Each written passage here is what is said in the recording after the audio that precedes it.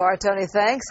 They're not hacking your credit card or some classified government document. They want high-profile Hollywood Twitter accounts, blockbuster scripts, and nude cell phone pics. Who are these guys? How dangerous are they? It's really a sign of the times when you think about hacking and what they're able to do. These people, they say it's a small cell. You know, you heard about the group Anonymous that was hacking into government entities, to foreign governments. But this group, a sidebar group going after Hollywood. Atlascos, tell us about it. Yeah, you're right, Christine. Hacking Hollywood, and it's not just a good-sounding script anymore. It's the latest. This is the latest target of these virtual creeps, I'll call them. And wait until you hear who's been hacked now and how they got into this.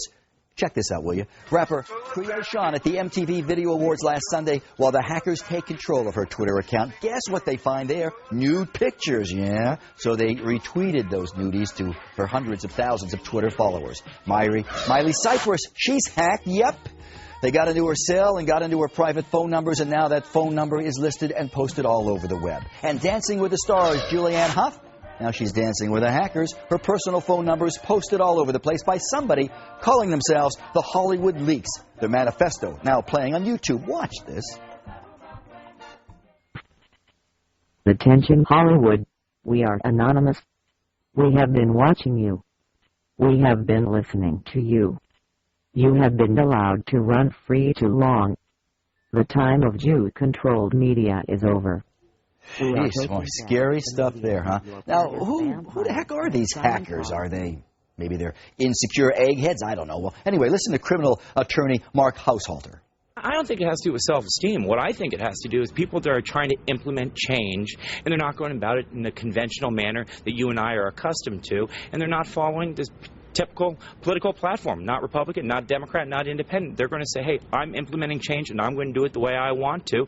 And now, with these organizations forming, they're rogue organizations, and they play by their own rules. And that should empower them, because I'm thinking on the other side of this is, you know, they're probably saying, catch me if you can, and right now they're running ahead of the feds, the FBI. Absolutely. They're a few steps ahead of law enforcement, but I bet law enforcement is right behind them. Eventually they'd catch up, and when they do get, cuffed, stuffed and cuffed, I imagine that those are federal crimes, right? Oh, absolutely, absolutely. They're both state and federal. And with the amount of publicity and the amount of effect that these groups have been having on our law enforcement, the BART system, for example, or even Hollywood now, the fact we're doing a story on it, they will have ramifications, and law enforcement is going to treat it very serious, and in my opinion, it's definitely going to be a federal case. But these hackers are winning, aren't they? Because, folks in Hollywood are talking about it. We're talking about it tonight. Absolutely, absolutely. They're getting their agenda across in multiple mediums, not only the internet, but right now on TV. So the sad thing is, and you're probably going to see more of these hackers, more of these splinter groups. Yeah, absolutely, absolutely. You're going to see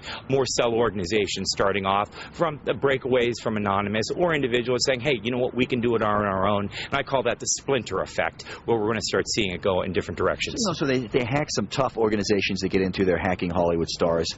Imagine, though, the bigger the prize is somebody who's tough to hack. I mean, perhaps even going after someone like the president, somebody on that level, right, and hacking them? Oh, absolutely. But, I mean, there's such safeguards in effect. I don't foresee that happening. However, but imagine if they could, God forbid. Yes, shinier the hook, bigger the fish. Absolutely. All right, you don't have to be that big fish, You can hack the hackers, put them right out of business. Password protection the key. Don't use letters and numbers from your birthday for crying out loud. Instead, try a long sentence like I want to visit Istanbul. It works, harder to crack.